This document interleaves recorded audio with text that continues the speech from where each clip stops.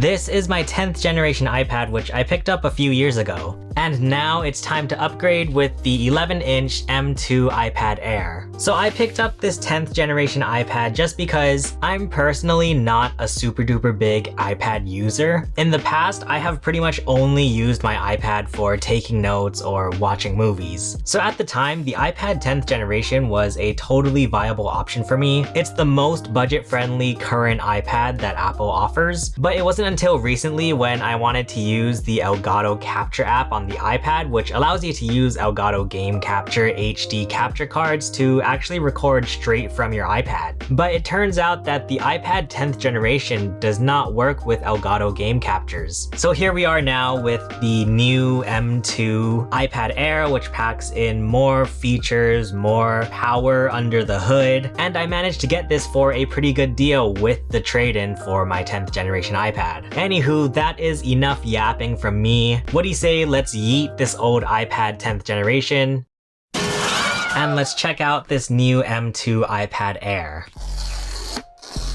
Alright, here is a look at our iPad Air. I ended up going with the 11-inch iPad Air Wi-Fi in blue with 128 gigabytes.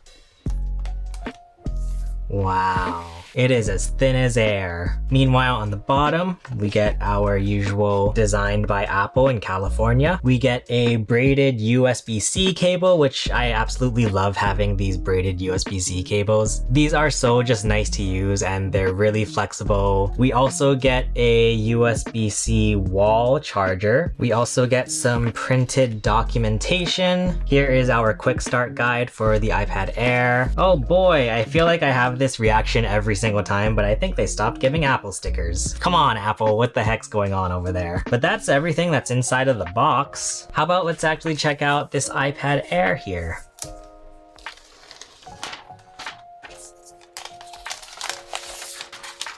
Ta-da, here is the iPad Air in blue. As far as I can tell so far, it actually looks quite similar to the iPad 10th generation. In fact, if we bring my iPad 10th generation over here, they do look strikingly similar. I believe it was the iPad 10th generation that actually introduced the horizontal camera. So the front-facing camera here is on this side compared to older iPads, which always had them at the top center. It's the same thing here on the iPad Air. Here's a look at the blue color, which actually looks very similar to the iPhone 14's color of blue. Almost like a sky blue looking, which I actually really like. The iPad 10th generation had a very contrasty looking blue, very saturated. Well, how about now let's power on this iPad Air here.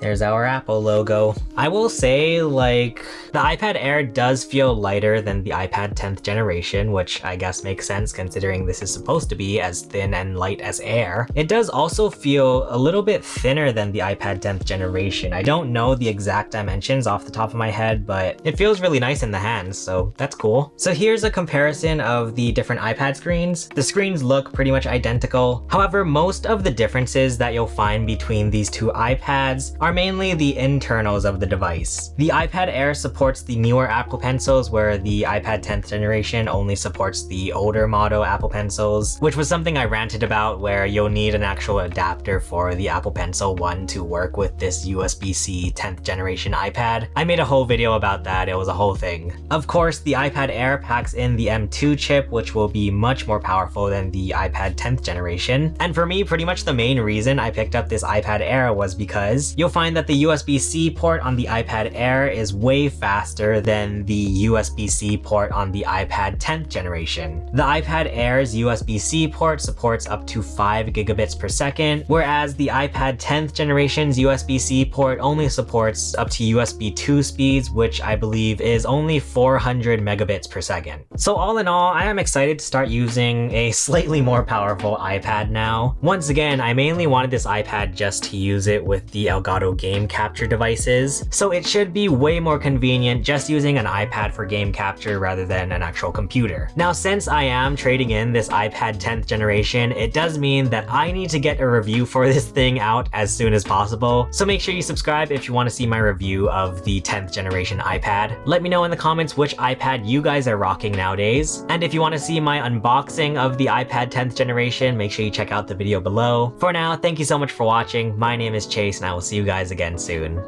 Bye!